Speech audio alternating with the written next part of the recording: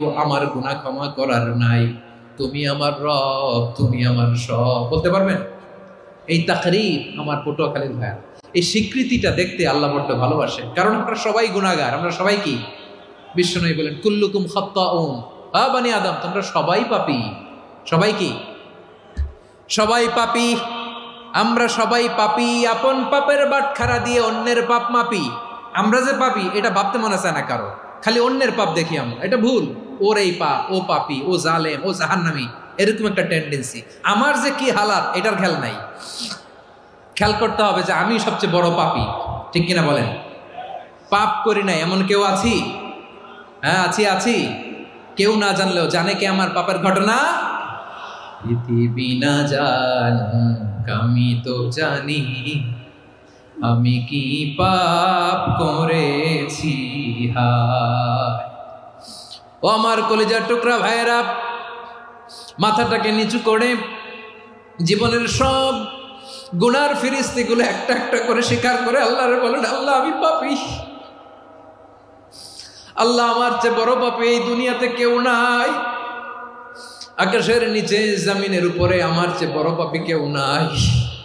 একটা একটা করে আল্লাহ স্বীকার করি আমি পাপী। সব পাপের স্বীকৃতি দিলাম। পৃথিবী না জানুক আমি তো জানি, আমি কি পাপ করেছি। হায় আমার পাপের করলে বিচার, বাঁচার আমার নাই উপায়। দয়াময় তুমি মাফ করো আমায়, মাফ করো আমায়। আল্লাহ তাআলা যদি দয়া করে আমাদেরকে মাফ না করে, আমাদের বাঁচার কোনো উপায় নাই। আপনি কি ভেবেছেন আপনার নামাজ দিয়ে আপনি জান্নাতে যাবেন? আপনি তাহাজ্জুদ গুজার, সেজদা দিতে দিতে কপালে দাগ ফেলেছেন, এটা আপনারা জান্নাতে নেবে না? আপনি এলাকার সবচেয়ে বড় হাতেম তাই দানশীল, এই দানের ভরসায় বসে আছেন কুশ্চিন কালো না। আমাদের নামাজ, আমাদের রোজা, আমাদের ইবাদত, এগুলোকে মিজানের পাল্লায় উঠালে কোনো ওজনই হবে না। তবে আমাদের একটা কৌশল জানা আছে, আমরা আল্লাহর রহমতের ভিখারি। আমরা সেদিন আগেই গুনার স্বীকৃতি দিয়ে দেব। আমরা বলবো, আল্লাহ তুমি প্রশ্ন করার আগে তোমার একটা কথা বলি, আমারে কিছু জিজ্ঞেস করো না, আমি সব করেছি। এমন কোন পাপ নাই যে পাপ আমারে দিয়ে হয় নাই। তোমার রহমত দিয়ে তুমি জান্নাতে পাঠাবা, তোমার দয়ায় জান্নাতে যেতে চাই, আমল দিয়ে না। পারবেন বলতে? কিয়ামতের দিন আমরা বলবো, আল্লাহ আমার আমল দিয়ে জান্নাত চাই না, আমি তোমার দয়া দিয়ে জান্নাত চাই। তোমার দয়া ছাড়া আমার কোনো উপায় নাই।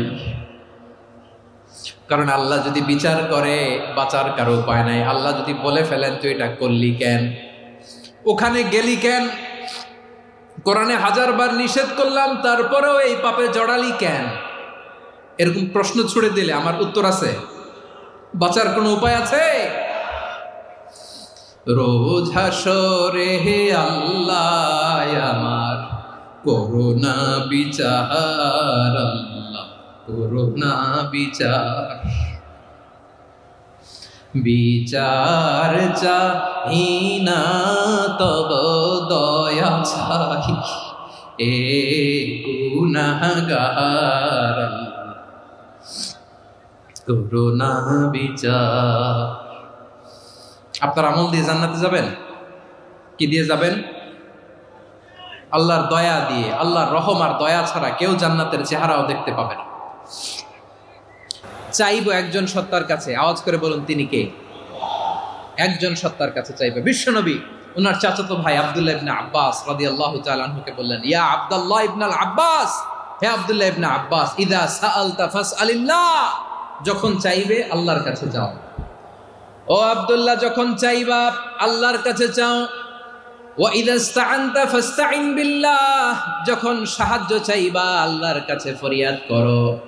জেনে রেখো আব্দুল্লাহ, ওয়া'লাম আন্নাল উম্মাতা লাউ ইজতামাআত আলা আইয়ানফাউকা বিশাইইন লাম ইয়ানফাউকা ইল্লা বিশাইইন ক্বাদ কাতাবাহুল্লাহু লাক। ও আব্দুল্লাহ, জেনে রেখো, মনে রেখো, গোটা বিশ্বের সবাই মিলে যদি তোমার উপকার করতে চায় ততটুকুই তারা করতে পারবে যতটুকু আল্লাহ তোমার নসিবে সেটা লিখে রেখেছে। ঠিক কিনা বলেন? আর যদি গোটা বিশ্বের সবাই মিলে তোমার বিরুদ্ধে কনস্পাইরেসি করে, ষড়যন্ত্র করে, গোটা বিশ্বের সবাই মিলেও যদি তোমার ক্ষতি করতে চায় ততটুকুই শুধু পারবে যেটা আল্লাহ তোমার জন্য বরাদ্দ রেখেছে। যতটুকু আল্লাহ তাআলা তোমার জন্য বরাদ্দ রেখেছে অতটুকুই ক্ষতি করতে পারবে, আর এক চুল বেশিও করতে পারবে না, কমও করতে পারবে না। চিল্লায় বলেন ঠিক কিনা? এজন্য আমরা চাইবো কার কাছে? সবাই বলেন নাই, আওয়াজ করে বলেন কার কাছে?